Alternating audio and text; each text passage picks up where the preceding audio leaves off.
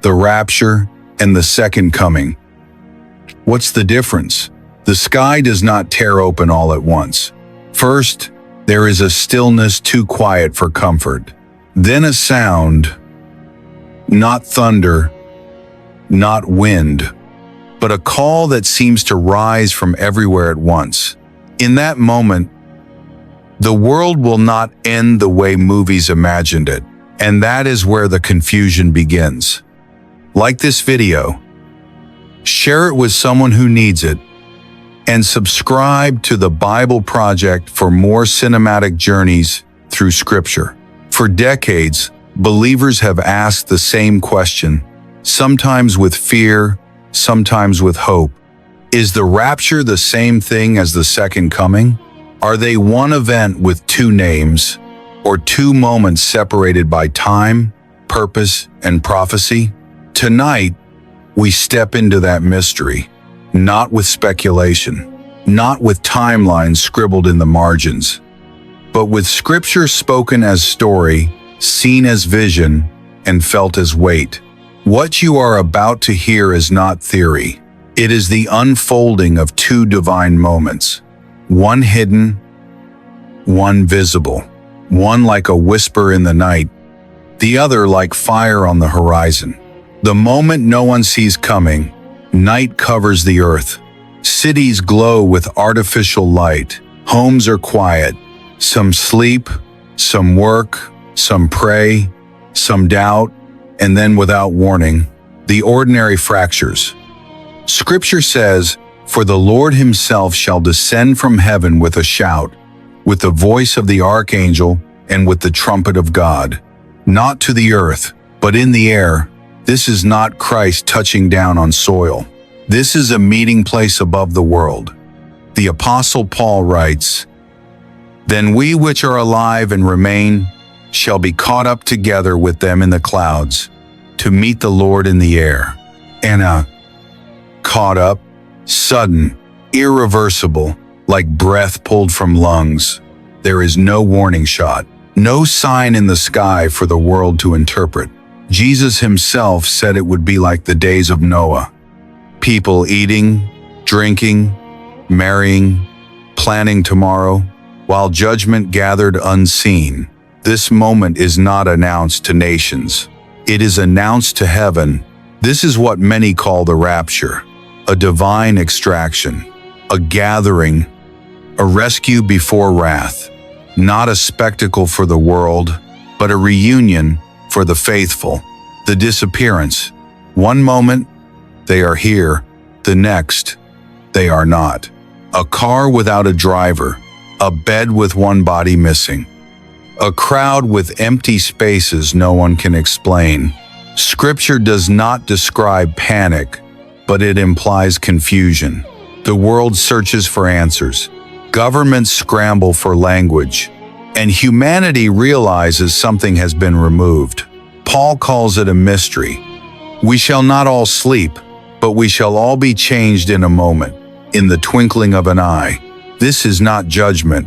This is transformation. Mortal becomes immortal. Corruption puts on incorruption. The church, described as a bride, is taken before the storm. Because Scripture reveals a pattern. God removes his own before judgment falls. Noah before the flood. Lot before the fire. The righteous, sheltered, while the earth enters its darkest hour.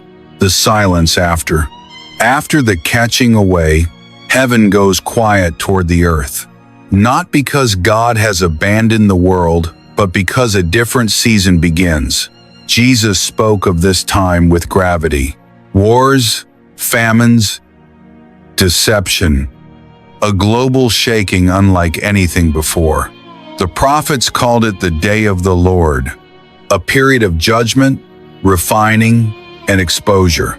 This is where confusion deepens, because many blend what comes after the rapture with what comes at the end of it. But Scripture draws a line, because something else is coming, something visible, something final.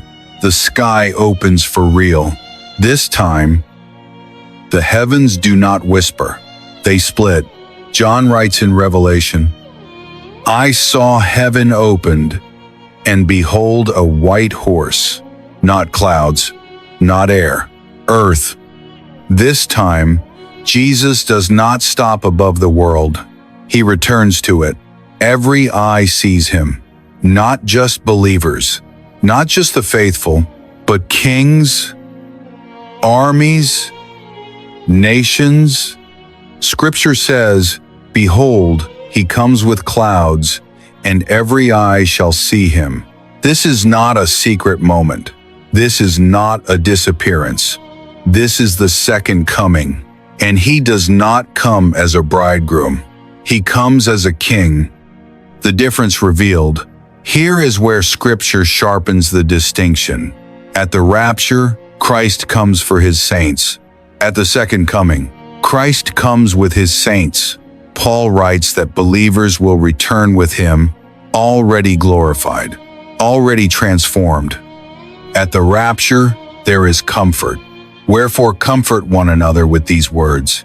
At the second coming, there is confrontation. The nations are judged. Rebellion ends. At the rapture, no signs are required. At the second coming, the sun darkens. The moon turns to blood. The earth trembles. These are not the same moment. They cannot be. One is a rescue. The other is a reckoning. The king touches the earth. The prophet Zechariah writes something chilling. His feet shall stand in that day upon the Mount of Olives. This detail matters because during the rapture, his feet never touch the ground. But now, the earth receives its rightful king. This is the restoration of order, the end of human rebellion, the fulfillment of every promise whispered by prophets. What began in humility, a child in a manger, ends in authority, a king in glory. Why this matters now? This is not about winning debates, or predicting dates, or charting timelines with pride. Jesus never gave the rapture to entertain curiosity. He gave it to provoke readiness. He said, watch therefore, for ye know not what hour your Lord doth come. The question is not when. The question is, who are you becoming while you wait? Because the rapture asks one question. Are you ready to meet him? And the second coming asks another. Will you stand or fall when he reigns? The invitation, one day, the sky will open, either quietly or violently. One moment will gather the faithful, another will confront the world. Two events, one Christ, one unchanging truth. He is coming, not as rumor, not as myth, but as promise. And the difference between the rapture and the second coming is not just theology. It is timing. It is purpose. It is mercy before justice. The question left hanging in the silence is simple. Which moment are you preparing for? If this stirred something in you, subscribe to the Bible Project for more cinematic journeys through Scripture, where prophecy becomes story and truth becomes light.